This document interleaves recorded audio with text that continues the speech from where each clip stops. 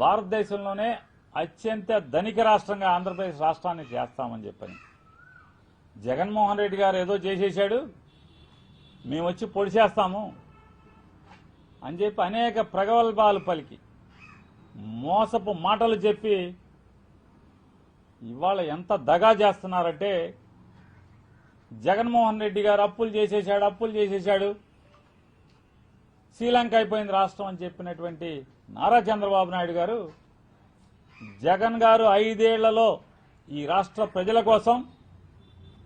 ప్రజల కోసం చేసినటువంటి పరిమితికి లోబడి చేసినటువంటి అప్పు 3,20,000 కోట్ల రూపాయలు అయితే, నారా చంద్రబాబు నాయుడు గారు పరిమితులు దాటి 2 సంవత్సరాలు 24 మాసాలు నిండకుండా, అంటే జగన్ గారు 60 మాసాల్లో చేసిన దాన్ని 24 మాసాలు నిండకుండానే 3,50,000 పైచిలుకు కోట్ల రూపాయల అప్పుని ఈ రాష్ట్రానికి 5 కోట్ల మంది ఆంధ్ర రాష్ట్ర ప్రజలకి నెత్తి మీద అప్పులు పెట్టాడంటే, ఇంకా రాబోయే 3 సంవత్సరాలు అంటే రాబోయే 36 నెలల్లో ఇక ఈ రాష్ట్రాన్ని ఏం చేయదలుచుకున్నాడు, ఎన్ని అప్పులు చేయదలుచుకున్నాడు, ఎంత అప్పులు పెట్టదలుచుకున్నాడు మన మీద అనేది చూస్తే ఆంధ్ర రాష్ట్ర ప్రజలకి భయం కలిగేటువంటి పరిస్థితి. దేశంలో ఎక్కడా లేనటువంటి, అంటే అప్పుల్లో దిగువ రాష్ట్రం, అంటే అప్పులు పాలైపోయినటువంటి రాష్ట్రం, అప్పుల్లో మొదటగా ఉన్నాం, నేరాల్లో మొదటగా ఉన్నాం, ఉద్యోగాలు లేకపోవడంలో నిరుద్యోగంలో మొదటగా ఉన్నాం. ఈ రాష్ట్రంలో ఏది చూసినా కూడా, అన్నిట్లో కూడా భారతదేశంలో ఏ రాష్ట్రంతో పోల్చినా కూడా 2 ఏళ్లు 24 మాసాలు తిరిగేప్పటికీ మొత్తం 5వ ర్యాంకు నుంచి 4వ ర్యాంకు నుంచి 6వ ర్యాంకు నుంచి అట్టడుక్కు పడిపోయినటువంటి పరిస్థితి చంద్రబాబు నాయుడు గారి యొక్క నిర్వాహకం వల్ల. ఇవాళ కొత్తగా ఆర్టీసీని అమ్మకానికి పెట్టిన పరిస్థితి. ఇక రేపో మాపో ఆర్టీసీని అమ్మకానికి పెట్టిన పరిస్థితి. చంద్రబాబు నాయుడు గారి ప్రభుత్వం చెప్తుంది ఎంత దుర్మార్గం అంటే, ఆర్టీసీని అమ్మేస్తామని చెప్తూ కారణాన్ని ఆడపిల్లల మీద, అంటే ఈ రాష్ట్రంలో ఉన్నటువంటి ఆడవాళ్ల మీద నెపం చూపించి, మహిళలకి ఫ్రీ బస్ ఇచ్చాం అందుకని ఆర్టీసీ ఇబ్బందుల్లోకి వచ్చేసింది కాబట్టి ఆర్టీసీని అమ్మేస్తాం. డీజిల్ భరించలేకపోతే చంద్రబాబు నాయుడు గారు, మోడీ గారి ద్వారా ఇప్పుడు మీరు తెచ్చే కరెంటు బస్సుల్లో 750 బస్సులు తెస్తామంటున్నారు కదా, ఆ బస్సుల్లో ఆర్టీసీ భరించగలరా, ప్రజలు భరించగలరా?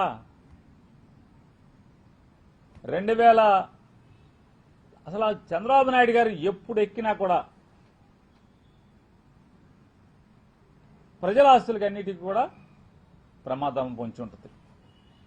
చంద్రబాబు నాయుడు గారు ఎప్పుడు ఎక్కితే అప్పుడు ప్రజల ఆస్తులకి ప్రజల సంపదకి ప్రమాదం పొంచి ఉంటుంది. 2004కి రాజశేఖర రెడ్డి గారు కనుక ఆ రోజు ముఖ్యమంత్రిగా ప్రజలు ఎన్నుకోకపోయి ఉంటే ఆర్టీసీ ఆనాడే అమ్ముడుపోయి ఉండేది. చంద్రబాబు నాయుడు గారు మళ్లీ 2004లో గెలిచుంటే కనుక ఆర్టీసీని అప్పుడే అమ్మకానికి పెట్టిన పరిస్థితి. చంద్రబాబు నాయుడు గారు పోయారు, ఓడిపోయారు, రాజశేఖర రెడ్డి గారు వచ్చారు, గెలిచారు. 2004లో ఆర్టీసీకి జీవం పోశారు. మళ్లీ 2014 నుంచి 19 దాకా చంద్రబాబు గారు వచ్చారు. ఇక మొదలుపెట్టాడు ఆర్టీసీని వాడకం. జేము చంద్రన్న అని చెప్పని బస్సులు ఫ్రీగా బస్సులు పెట్టడం, ఆర్టీసీకి అప్పు పెడతాం, ఆర్టీసీకి అప్పు పెట్టడం, జేము చంద్రన్న అని చెప్పని బస్సులు పంపించడం, ఆర్టీసీకి అప్పు. అంటే ఆర్టీసీ ఏదో తెలుగుదేశం పార్టీ సొత్తులాగా, లేదా నారా ఖర్జూర్ నాయుడు గారు సంపాదించి ఆర్టీసీని ఇచ్చేళ్ళినట్టుగా చంద్రబాబు నాయుడు గారికి అప్పనంగా వాడేస్తాడు ఆర్టీసీని ఎప్పుడు కావాలంటే అప్పుడు. నయా పైసా ఆర్టీసీకి ప్రభుత్వం నుంచి జమ చేయడు. 2018లో ఆర్టీసీలో ఉన్నటువంటి 55,000 మంది ఆర్టీసీ కార్మికులందరూ కలిసి పెద్ద మీటింగ్ పెట్టి చంద్రబాబు నాయుడు గారు మోయలేనంత దండ తయారు చేసి మెళ్ళ వేసి అయ్యా ఆర్టీసీ ఉద్యోగస్తుల్ని ప్రభుత్వ ఉద్యోగులుగా గుర్తించమంటే ఏ ఏ ఏ ఏ ఎవరా మాటలో ఇట్లాంటి ఇదే మాట ఇదే భాష ఏ ఎవరో ఇట్లాంటి జరగని పనులు అడగబాకండి, భూమి తల్ల కిందలైనా అది జరగదని చెప్పాడు. 2019లో జగన్మోహన్ రెడ్డి గారు గెలిచారు. 2020లో ఆర్టీసీ కార్మికులను 53,000 చిల్లరంటే సుమారుగా 54,000 మంది ఆర్టీసీ కార్మికుల్ని రాష్ట్ర ప్రభుత్వ ఉద్యోగులుగా మెర్జి చేసుకోవడం జరిగింది. జగన్మోహన్ రెడ్డి గారు ఎక్కి చంద్రబాబు నాయుడు గారు దిగే నాటికి 2019లో ఆర్టీసీకి ఉన్నటువంటి అప్పులు 6,300 కోట్ల ఆపరేషనల్ డెట్స్, అంటే నిర్వహణ అప్పులు 6,300 కోట్లు జగన్మోహన్ రెడ్డి గారు ముఖ్యమంత్రి అయ్యే నాటికి ఆర్టీసీకి ఉన్నటువంటి. అంటే చంద్రబాబు నాయుడు గారు వారసత్వంగా జగన్ గారికి ఇచ్చేళ్ళినటువంటి ఆర్టీసీ మీద అప్పు 6,300 కోట్ల ఆపరేషనల్ డెట్ అయితే మరొక 3,350 కోట్ల రూపాయల ఎక్యుములేటెడ్ డెట్. ఎక్యుములేటెడ్ డెట్ అంటే ఉద్యోగస్తులు రిటైర్ అవుతారు, వాళ్ళకి ఇవ్వాల్సిన డబ్బులు ఎవరు, ఉద్యోగస్తులు కోఆపరేటివ్ క్రెడిట్ సొసైటీలో డబ్బులు దాచుకుంటారు ఆర్టీసీలో ఉన్నటువంటి సిసిఎస్లో. ఆ డబ్బుల్ని జీతం నుంచి ప్రతి నెల ఆ దాంట్లోకి ఆ తీసుకున్న అప్పుకి ఇన్స్టాల్మెంట్ కట్ చేస్తారు, ఇన్స్టాల్మెంట్ జమ చేయరు. అంటే సిసిఎస్కి ఎట్లా ఆర్టీసీ అట్లా అప్పు పడుతుందంటే ఆర్టీసీ ఉద్యోగస్తులు అప్పు తీసుకుంటే సిసిఎస్లో వారి జీతంలోంచి కట్ చేసి దాన్ని సిసిఎస్కి రెమిట్ చేయాలి. సిసిఎస్కి రెమిట్ చేయకుండా ఆర్టీసీ ఎగ్గొట్టి వాళ్ళ దగ్గర ఉంచేసుకుని జీతంలో కట్ చేస్తారు. అంటే ఎందుకని జీతాలే జగన్ గారు ఎక్కేప్పటికీ ఆర్టీసీ ఉద్యోగస్తుల జీతాలే ఎప్పుడు లోన్ వస్తే ఆ తారీఖున లోన్ తీసుకుని జీతం ఇచ్చే పరిస్థితి.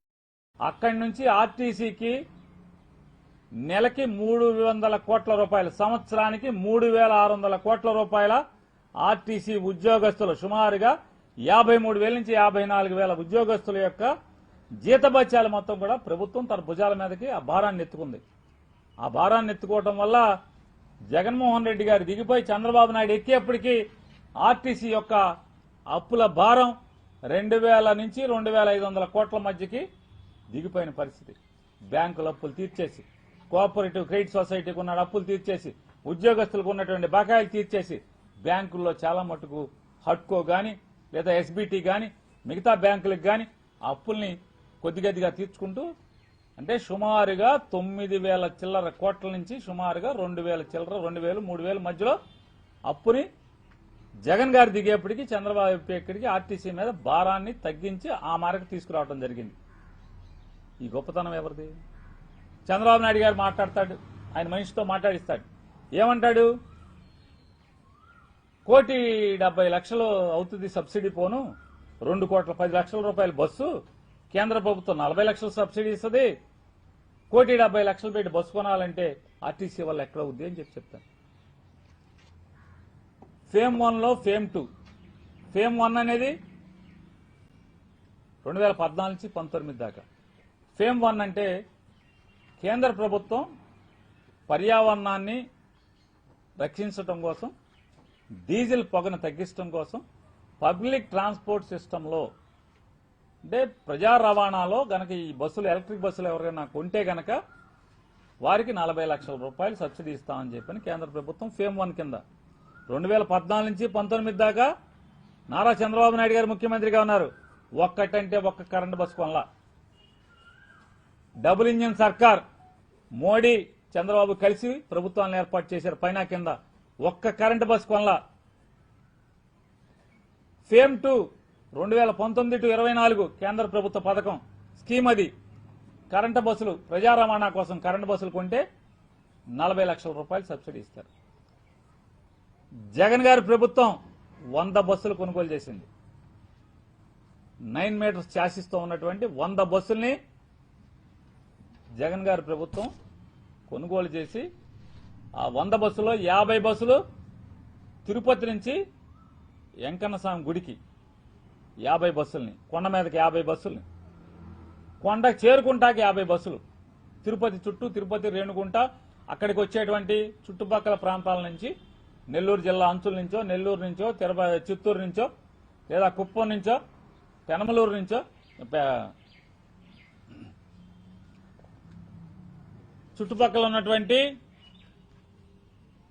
ఆ పరిసర ప్రాంతాలన్నింటి నుంచి కూడా బస్ డిపోల నుంచి తలా ఒక 5 బస్సులు 10 బస్సులు ఇచ్చి అవన్నీ కూడా ఏర్పాటు చేయడం జరిగింది.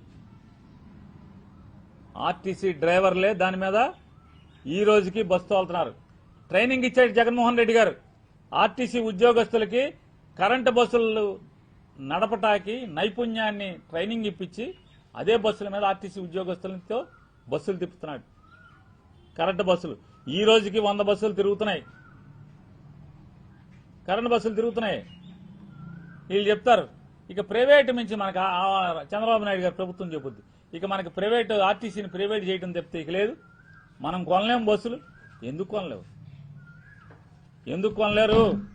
జగన్ గారు ఎక్కేప్పటికీ సుమారు 2000 చిల్లర కోట్లే కదా అప్పు. సంవత్సరానికి 3600 కోట్ల జీతాలు రాష్ట్ర ప్రభుత్వం భరిస్తుంది కదా. మరి అప్పు తీరిపోయి ఉండాలి కదా సంవత్సరానికి. మరి అక్కడి నుంచి అప్పు తీరిపోతే ఆర్టీసీకి అప్పు ఎందుకు ఎవరు? బ్యాంకులు ఎందుకు బ్యాంకుకి అప్పులు ఎవరు? అంటే ఆర్టీసీని మీరు సర్వనాశనం చేశారు కాబట్టి అవదు. అప్పులు తీర్చనివ్వలేదు. మీ యొక్క అధికారం కోసం మీరు దోచుకుని తినడం కోసం ఆంధ్ర రాష్ట్ర ప్రజలకు వేసిన ఎర ఫ్రీ బస్ అనే పేరు మీద ఇవాళ ఆర్టీసీని కుదేలు చేశారని అర్థమవుతుంది కదా.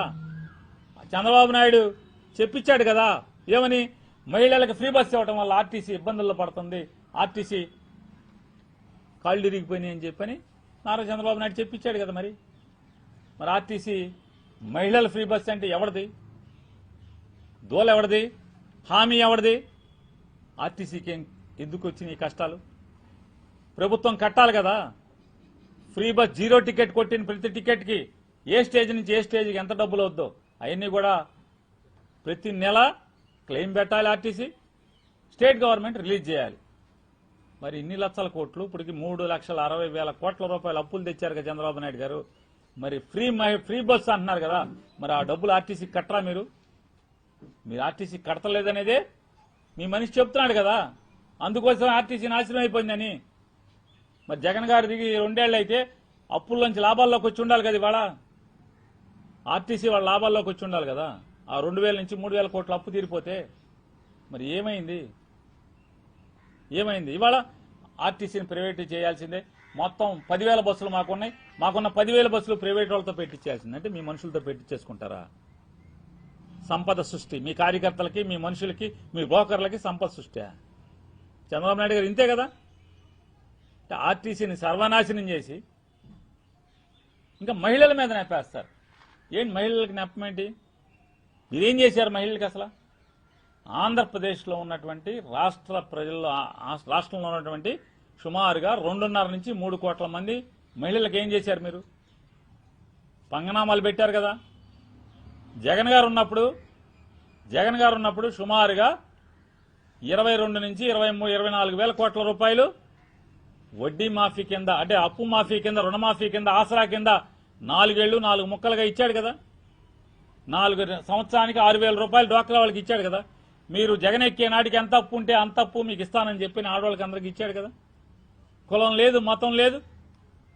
డ్వాక్రాలో ఏ ఆడపిల్లలు ఉంటే ఆడపిల్లలు చేసిన అప్పు, ఆ రోజు ఎంత అప్పు ఉంటే అంత అప్పు 24,000 కోట్లు 5 ఏళ్లలో ఆయన ఇచ్చాడు కదా.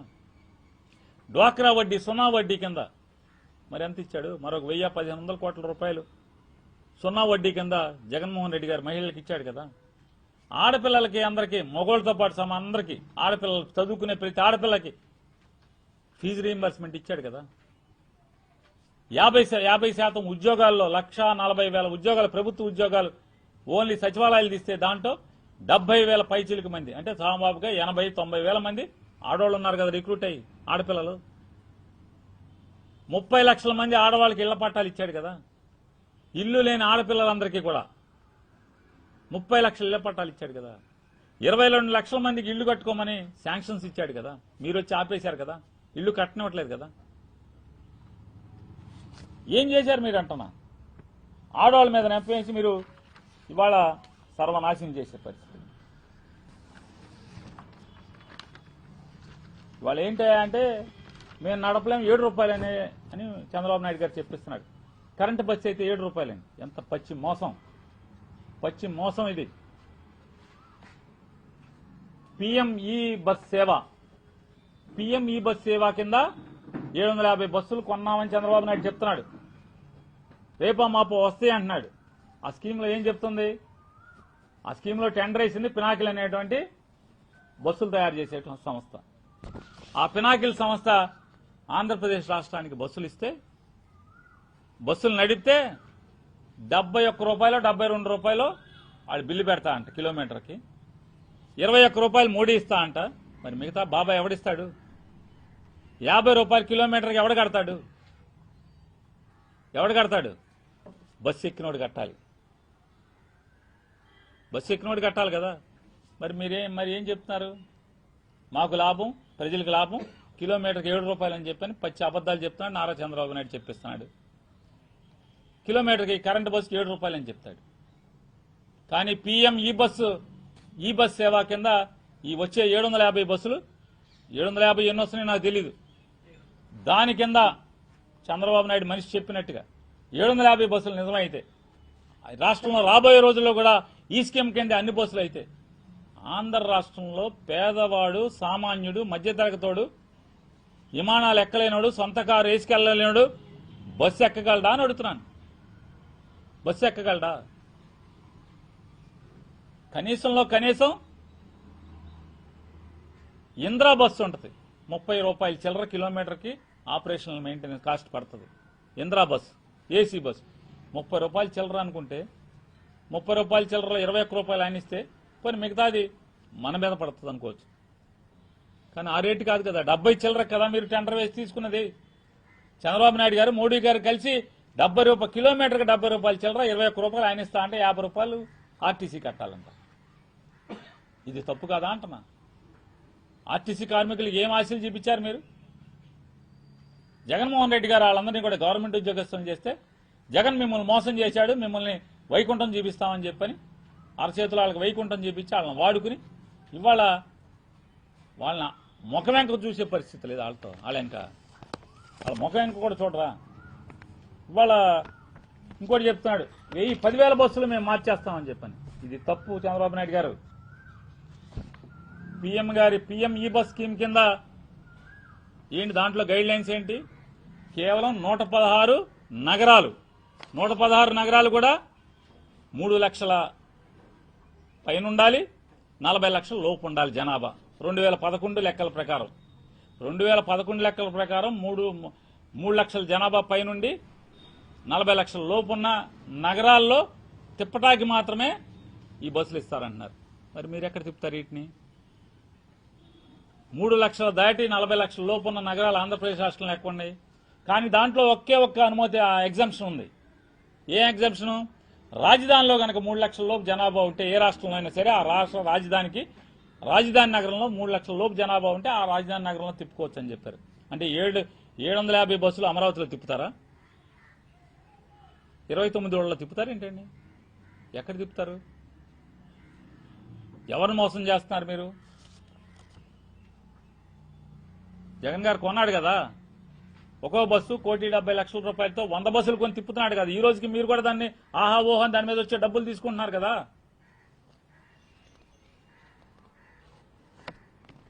ఆర్టీసీ ఉద్యోగస్తులను ఒక్కళ్ళను కూడా తీయలేదు, దాని మీద ప్రైవేట్ వాళ్ళు లెక్కనివ్వలేదు.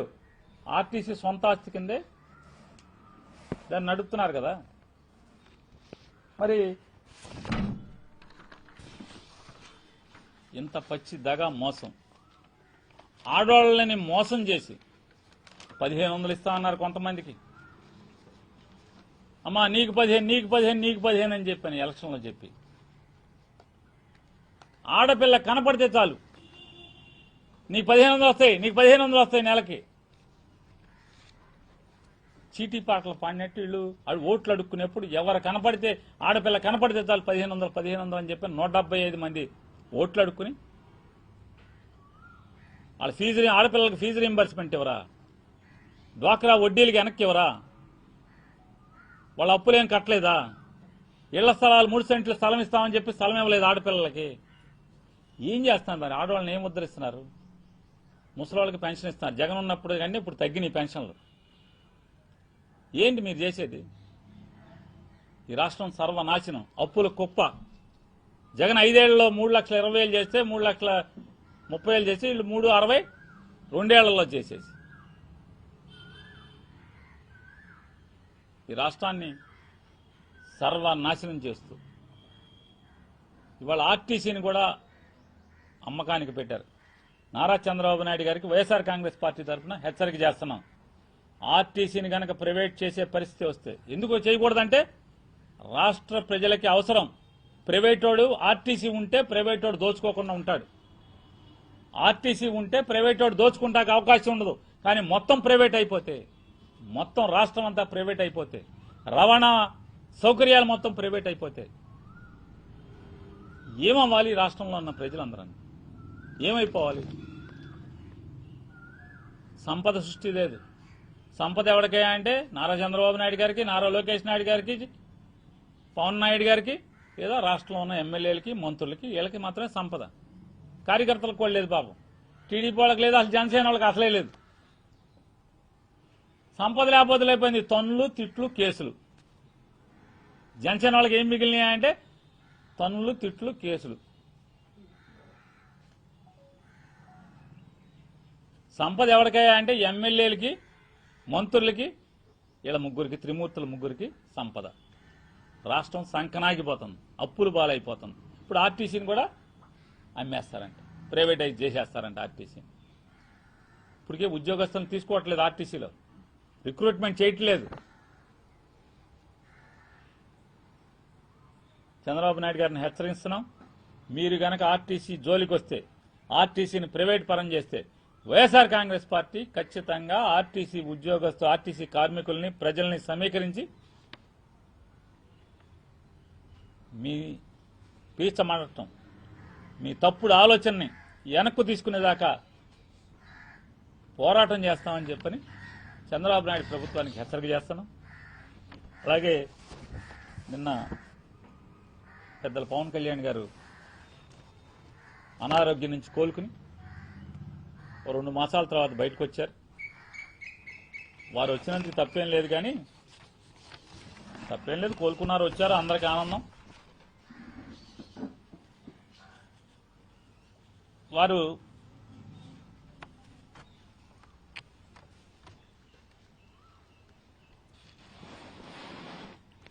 రాష్ట్ర ప్రజల్ని ఏమని నమ్మించుదామని, లేదా జనసేన కార్యకర్తల్ని, రాష్ట్ర ప్రజల్ని, ఉద్యమిల్ని మన్నించాలి. జనసేన ఉద్యమీలకు అలాగే రాష్ట్ర ప్రజల్ని ఇంకా ఆయన కళ్ళబొల్లి మాటలు చెప్పి పవన్ కళ్యాణ్ గారు ఇంకా ఆయన ఏదో అపోజిషన్లో ఉన్నాడు అన్నట్టుగా, ఇంకా జగన్మోహన్ రెడ్డి గారి అధికారంలో ముఖ్యమంత్రిగా ఉన్నట్టుగా ఆయన ఆశాంతం మీటింగ్ అంతా సాగింది. ఆయన ఇంకా అపోజిషన్లో ఉన్నాడని, ఆయన జగన్ గారే సీఎంగా ఉన్నాడన్నట్టుగా ఇంకా మాట్లాడుతున్నాడు. ఆ మాటల్లో ఆయన ఏం చెప్తాడంటే అసలు ఒక మాటకి వారికి పొంతన ఉండదు. 2019లో నన్ను ఇట్టాగే నుంచోమన్నారు, నన్ను ఓడించారంటాడు. వెంటనే అంటాడు 11 సీట్లకు పరిమితమైన వాళ్ళు వీళ్ళ మన మీద సెటైర్లు. మరి ఒక చోట కూడా గెలవని వాళ్ళు పవన్ కళ్యాణ్ గారు. మీరు 2019 నుంచి 24 దాకా జగన్ గారి మీద ఎన్ని మాటలు మాట్లాడారు, జగన్ గారి ప్రభుత్వం గురించి ఎన్ని సెటైర్లు వేశారు, ఎన్ని అసత్యాలు మాట్లాడారు. మరి మీ స్థితి ఏంటి? జగన్ గారు గెలిచాడు, 11 సీట్లు వచ్చినాయి, మీ మీద సెటైర్లు వేస్తున్నాడు. పోనీ అనుకోండి, వైఎస్ఆర్ కాంగ్రెస్ పార్టీ సెటైర్లు వేస్తుంది 11కి వచ్చి. మరి మాకు 11కి వస్తేనే అర్హత లేకపోతే, 175 చోట్ల పోటీ చేసి 1 చోట గెలిచి మీరు 2 చోట్ల ఓడిపోతే మీకు అర్హత ఉందా? మీకు ఎక్కడి నుంచి వచ్చింది అర్హత అన్న? మీకు ఆ రైట్ ఎక్కడిది? అంటే ఆయన ఏ మాటకి పొంతనుండదు. మొత్తం టోటల్గా ఆయన రాజకీయ జీవితం అంతా అంతే, పొంతన లేనటువంటి మాటలు. ఆయన మాట్లాడతారు. వారేమంటారు, మనం ఒక లక్ష్యం కోసం, ఒక సిద్ధాంతం కోసం, ఒక ధ్యేయం కోసం కూటమిలో చేరాం.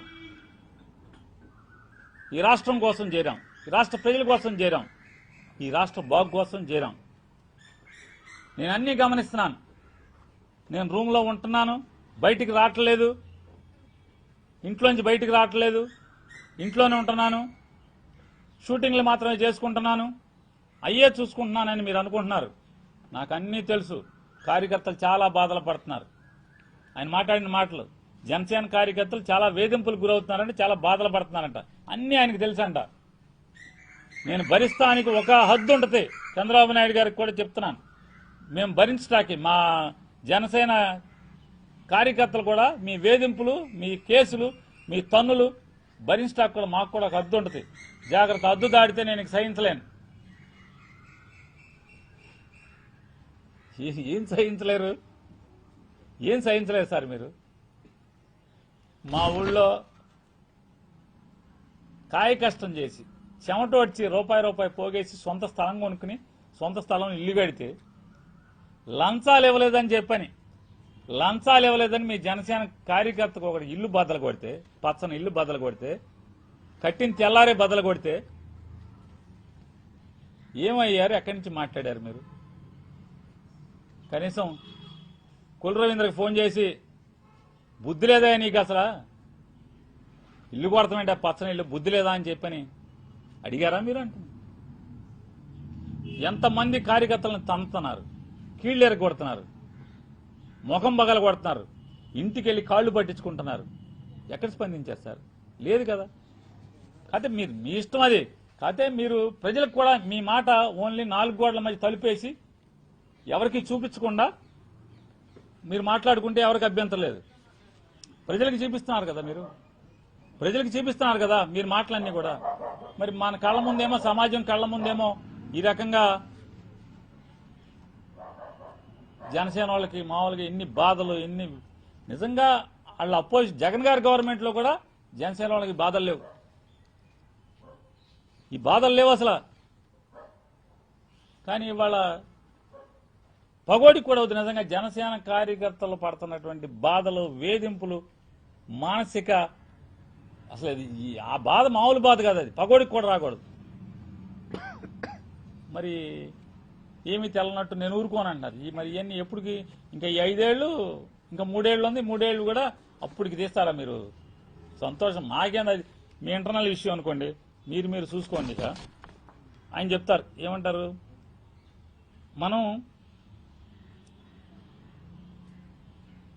వెళ్ళి మహారాష్ట్ర వెళ్ళి ప్రచారం చేసి వస్తే 95% స్ట్రైక్ రేట్, మనం వెళ్ళిన చోట 95% గెలిచిందని చెప్తున్నారు. ఇక్కడ 100% స్ట్రైక్ రేట్ అని చెప్పారు.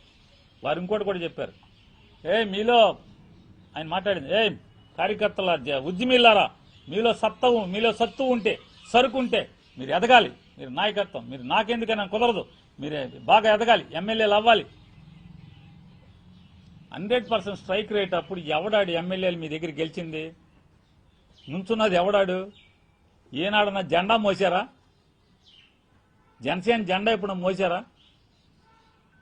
ఎవరికి ఇచ్చారండి మీరు టికెట్లు? ఎవరాళ్ళు? చంద్రబాబు నాయుడు గారు మేడలో ఈ జనసేనను బోర్డు వేసి పంపిస్తే గబగబా అని తీసుకెళ్లి నుంచోబెట్టుకున్నటువంటి మీరు కార్యకర్తల గురించి, ఉద్యమీల గురించి ఎదగండి, మీరు పెంచుతానని చెప్పి మీరు మాట్లాడతారు. తప్పేం లేదు, మీ ఇష్టం, అది మీ పార్టీ మీ ఇష్టం అనుకో.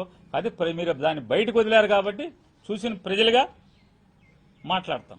ఇంకోటి కూడా చెప్తారు మీరు అర్థం కాక. ఏంటంటే మీరేమంటారు, సీజ్ ద షిప్ అన్నాను, ఉప ముఖ్యమంత్రి మీరు సీజ్ ద షిప్ అన్నాను అంటే ముందు ఆయన ఆ మంత్రి కూర్చున్నట్టున్నాడు, కన్సర్న్ సీజ్, ఆ షిప్ మంత్రిలో సీజ్ మంత్రిలో కూర్చున్నట్టున్నారు.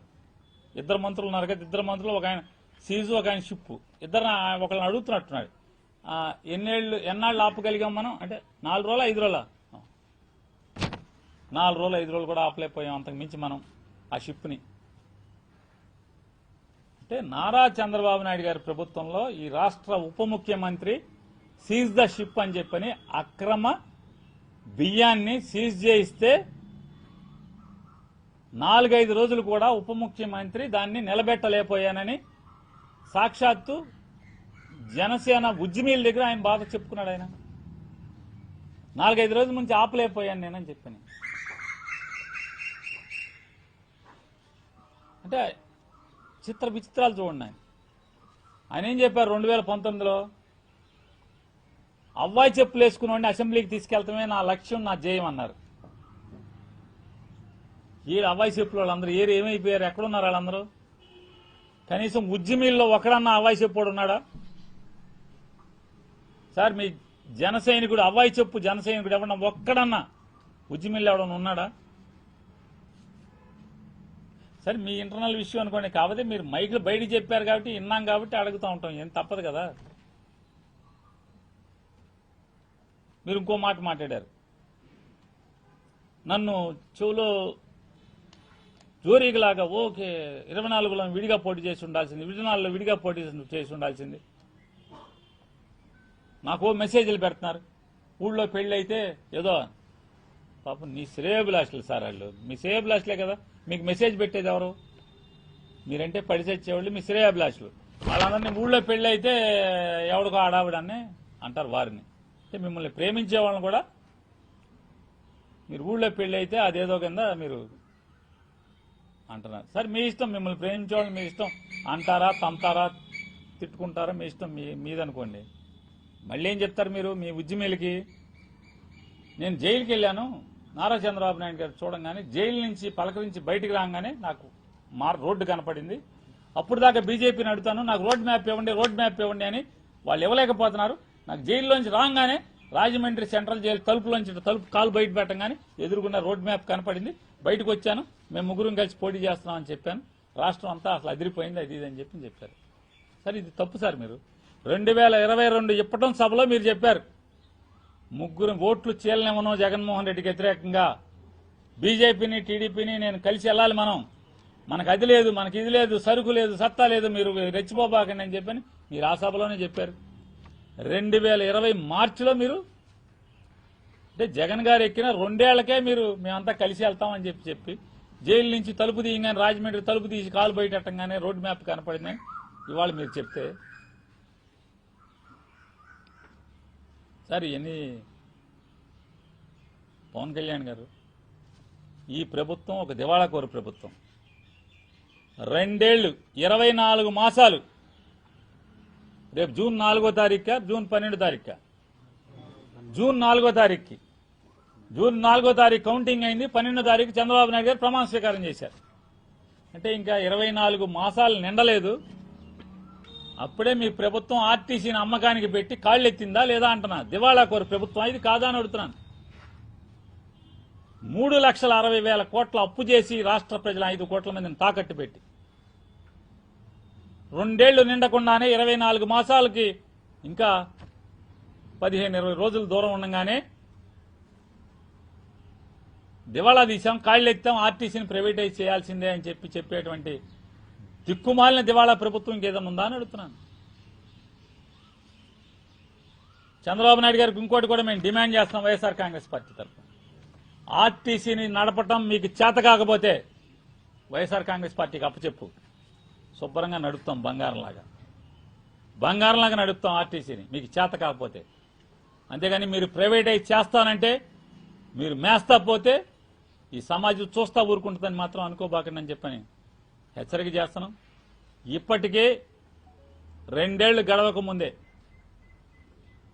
కరడుగట్టినటువంటి తెలుగుదేశం పార్టీ కార్యకర్తలు కూడా ఓటు వచ్చిన దగ్గర నుంచి సైకిల్కి మాత్రం తప్పితే ఇంకొకరికి ఓటు వేయని వారు కూడా ఇవాళ ఎందుకు వచ్చిన కర్మరా మనకిది. అమెరికా నుంచి, అంటార్కిటికా నుంచి, ఆఫ్రికా నుంచి, సూడాన్ నుంచి, కెనడా నుంచి వచ్చి ఓట్లు వేసాం, ఊళ్ళో అందరినీ మలేసాం, పోగేశాం అని మీ టీడీపీ కార్యకర్తలు.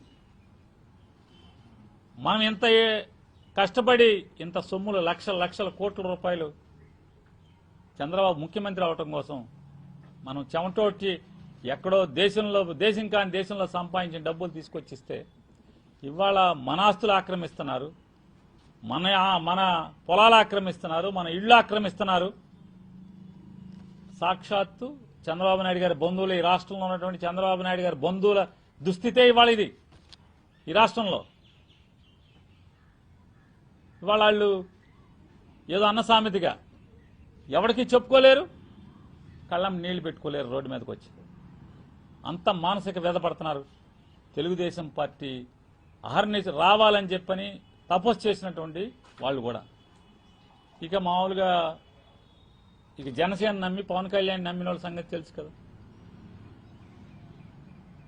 సింగపూర్లో, అమెరికాలో, కెనడాలో, జర్మనీలో ఎక్కడెక్కడ ఉద్యోగం చేస్తా ఊళ్ళో వాళ్ళ బాబాయ్ కొడుక్కో మేనమామ కొడుక్కో ఆడుకో అక్కడ భోజనం పెట్టి, అరే మీరు తలకు $4 వేయండిరా అని చెప్పి డల్లాస్లో భోజనాలు పెట్టి అందరినీ డాలర్లు పోగేసి అక్కడి నుంచి ఇక్కడికి పంపించి హైదరాబాద్ నుంచి, బెంగళూరు నుంచి, మెడ్రాస్ నుంచి బస్సులు పెట్టి అక్కడి నుంచి ఉద్యోగాలు చేసే వాళ్ళని తీసుకొచ్చి ఓట్లు వేయించి రేపు వస్తారా వీళ్ళందరూ అంటున్నా.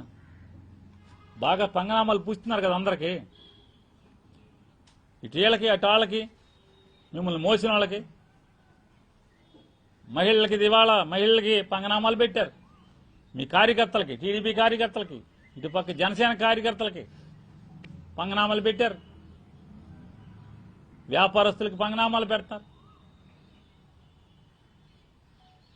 ఏం జరుగుతుంది రాష్ట్రంలో? దోచుకోవటం, హైదరాబాదు, సింగపూరు, చెప్పని దేశాలకి వెళ్ళిపోయి దాచుకోవటం తప్పితే ఏముంటుంది? జరుగుతున్నది అదే కదా. నాన్న దోస్తారు, అబ్బాయి గారు విమానంలో స్పెషల్ ఫ్లైట్లో వెళ్ళి దాస్తారు. నాన్నగారు దోస్తారు, అబ్బాయి గారు ప్రత్యేక విమానంలో వెళ్ళి దాస్తారు. ఎక్కడికి వెళ్ళారో చెప్పరు, చెప్పకుండా వెళ్ళిపోతారు. కొన్నాళ్ళు కనపడరు, మాయమైపోతారు, దాస్తారు, వచ్చేస్తారు. 7 సముద్రాల అవతల ఏదో మామూలుగా ఎక్కడో ఉంటుందని చెప్తారు, చిలక ఉంది చిలకదా అంటే అక్కడ దాచి వస్తుంటారు. కాస్త ప్రజల గురించి పట్టించుకోండి. మీరు హామీలు ఇచ్చిన వాళ్ళ గురించి పట్టించుకోండి, హామీలు ఇచ్చిన గురించి పట్టించుకోండి, ప్రజల గురించి పట్టించుకోండి, ఉద్యోగస్తుల గురించి పట్టించుకోండి. ఇంతవరకు రాష్ట్ర ప్రభుత్వ ఉద్యోగులకి పీఆర్సీ వేయలేదు. పీఆర్సీ ఇంతవరకు ఐఆర్ ఇవ్వాలి కదా, ఐఆర్ ఇవ్వలేదు. 2 ఏళ్ళు అయిపోయినాయి, ఇంకెప్పుడు ఇస్తారు? అంటే మార్చిలో ఎలక్షన్స్ అయితే ఫిబ్రవరిలో ఐఆర్ 40% ఇచ్చామని చెప్పి రేపు వచ్చే ప్రభుత్వానికి పంగనామాలు పోస్తారా? ఏంటి మీ తప్పుడు ఆలోచన? ఎవరికి, ఏ ఉద్యోగికి ఏం చేస్తున్నారు? స్పెషల్ పోలీస్ కానిస్టేబుల్స్ ఎన్ని బాధలు పడుతున్నారు, అగచాట్లు పడుతున్నారు. ఏపీ స్పెషల్ పోలీస్ కానిస్టేబుల్స్ నరకం చూస్తున్నారు కదా. వాళ్ళకి కన్వర్షన్ లేదా? ప్రాజెక్టుల్లోనూ ముఖ్యమంత్రి ఇళ్ల దగ్గర, మంత్రుల ఇళ్ల దగ్గర, గుళ్లలోనూ గోపురాల్లోనూ వాళ్ళ బతుకు వెళదీయాల్సిందేనా స్పెషల్ పోలీస్ కానిస్టేబుల్స్ అందరూ? వాళ్ళ కన్వర్షన్స్ ఎవరా? ఏదో చెప్పారుగా సెలవిస్తాం పోలీసులకి. పోలీసులు కూడా వర్క్ ఫ్రమ్ హోమ్ చేయొచ్చు తమ్ముళ్ళు, పోలీసు తమ్ముళ్ళు. చేస్తున్నారా పోలీసులు work from home? Chandrababu Naidu గారు చేస్తున్నారా అని అడుగుతున్నా.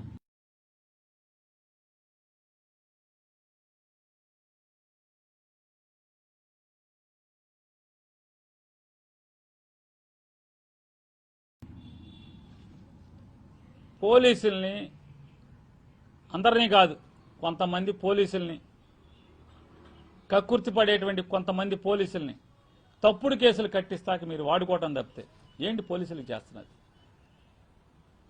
ఏం చేస్తున్నారు పోలీసులకి అని అడుగుతున్నారు. వాళ్ళకి డీజిల్ ఇస్తారా?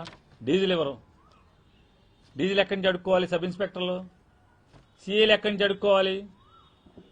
డీజిల్ ఇవ్వరు, ఏమీ ఇవ్వరు, పేపర్లు ఇవ్వరు. ఇవ్వకపోగా ఏం చెప్తున్నారు అంటే ఇవాళ రోజు మీరు రోడ్ల మీద కూర్చుని జనాలను పీల్చి పిప్పి చేయండి, జనాలు బనీళ్ళ అండర్వేర్ కూడా లాగేయండి, రోడ్డు మీద ఫైన్లు రాసేయండి, 5,000 రాసేయండి, 10,000 రాసేయండి, బారు పెడతాం, బారు బయట మీరు కేసు గొట్టం పెట్టండి, 10,000 రాయండి. ఎవరి ఖాతాకి వెళ్తున్నాయి? స్టేట్ గవర్నమెంట్ ఖాతాకి వెళ్తే ఏంది? డీజీపీ గారికి లెక్క జమ్ముందా? సిఎఫ్ఎంఎస్ ఖాతాలోకి వెళ్ళిపోతే ఏం చేస్తున్నారు వాటితో? రోడ్లు ఏమన్నా గోతులు పూడుస్తున్నారా? పోనీ కనీసం రోడ్లు గోతులు పూడుస్తున్నారా? కనీసం కొత్తలో మామూలుగా ఊరికే దానికి పాలిష్ పూసినట్టుగా తారు పూసి మామూలుగా ఇంత వేస్తే మామూలుగా మొత్తం లేచి వెళ్ళిపోయినాయి. ఒక వానాకాలం కూడా ఉండలేదు. సంక్రాంతికి గోతులానికి ఆ గోతుల్లో తారు వేసినోడికి ఇంతవరకు డబ్బులు లేవు. 2 ఏళ్ళు అయింది.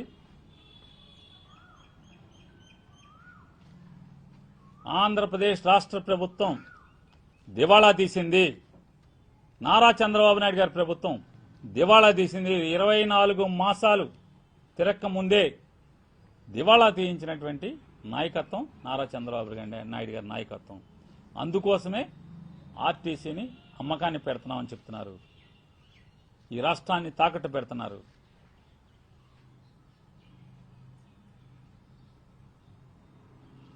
రాబోయే 3 సంవత్సరాలు పాలించే అర్హత నారా చంద్రబాబు నాయుడు గారి ప్రభుత్వానికి లేదు. తక్షణమే తప్పుకోమని డిమాండ్ చేస్తాం.